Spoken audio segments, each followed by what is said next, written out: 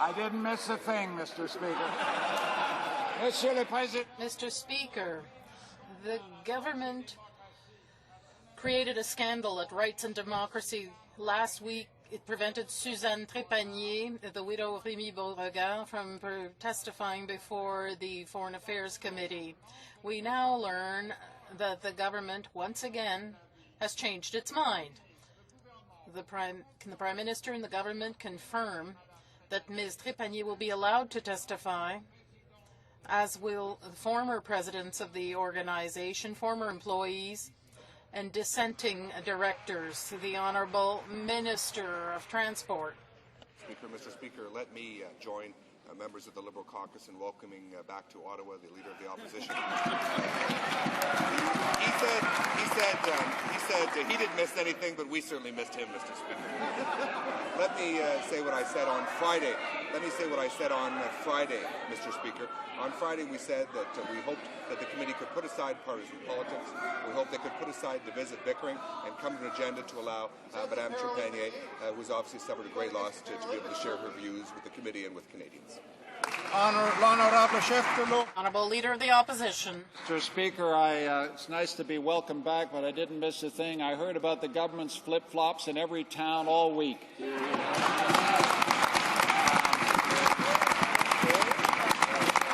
This government has made a total mess of a great institution, Rights and Democracy. They've intervened. They've undermined its political independence. They've appointed a hyper-partisan president. And now they then go on to blame the staff. Will the Prime Minister work with us in good faith to repair the damage done? And will he guarantee that he will not use this crisis, which is of his own making, in order to eliminate Rights and Democracy altogether? The Honourable Minister of Transport. Let me say at the outset, I disagree with many of the comments made before the member asked his question. I know all members were excited that the Prime Minister was representing the Government of Canada at the closing ceremonies of the Paralympic Games in Vancouver. And I want to join the member opposite in congratulating the great job that athletes and organizers did for that. With respect to Rights and Democracy, there is no view to closing the operation down. Obviously, we just appointed a new President and Chief Executive Officer, which I think shows the government's support for this important institution. The Honourable Leader of the Opposition. Mr. Speaker, the government has shown nothing but contempt for independent organizations such as Rights and Democracy. They've made a mess of that organization.